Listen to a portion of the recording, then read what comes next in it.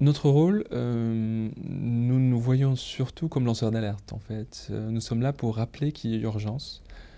Le changement climatique, c'est réel, et le déclin de la biodiversité, notamment les pays du Sud, continue à un rythme effréné que nous trouvons inacceptable. Je vais vous donner un exemple. L'année dernière, avec la Banque africaine de développement, nous avons publié un rapport que nous avons présenté en octobre dans les locaux de l'Agence française de développement, qui fait un constat alarmant. En 40 ans, 4 décennies, nous avons perdu 40% de la biodiversité africaine. Pour nous, cela est inacceptable. Être un acteur du développement pour une organisation environnementale comme le WWF, c'est de travailler sur des priorités.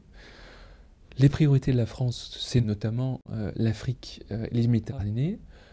En Méditerranée et en Afrique, il y a une richesse de la biodiversité extraordinaire et des écosystèmes qui ont un rôle primordial et significatif, non seulement pour ces régions, mais aussi au niveau mondial.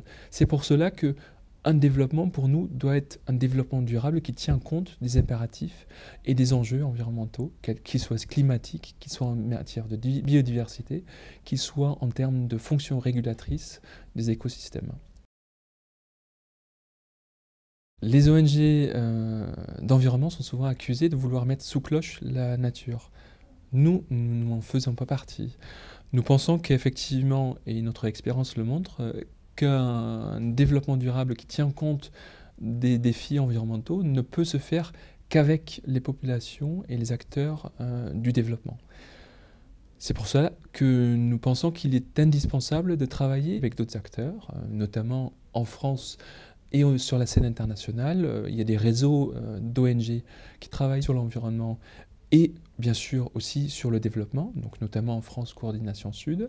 Le WWF est membre de Concorde au niveau européen et nous pensons qu'effectivement les acteurs de développement doivent travailler avec les acteurs comme nous qui travaillent sur les enjeux environnementaux.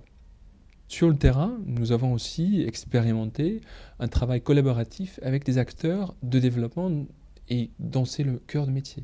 Notamment, nous avons au niveau international un partenariat avec l'ONG CARE, avec laquelle nous menons actuellement plusieurs projets en Afrique, notamment au Mozambique sur la gestion durable et l'adaptation au changement climatique, ou au Kenya, sur le lac Naivasha, sur la gestion durable de la ressource en eau. Enfin, nous pensons aussi qu'un travail collaboratif avec le secteur privé est important. C'est pour cela que nous avons commencé à dialoguer avec la filiale Proparco de l'AFD pour voir dans quelle mesure nous pouvons convaincre les acteurs, notamment des filières agro-industrielles, à tenir compte d'un travail collaboratif multi-acteurs, comme des tables rondes sur l'huile de palme ou sur d'autres matières premières agricoles.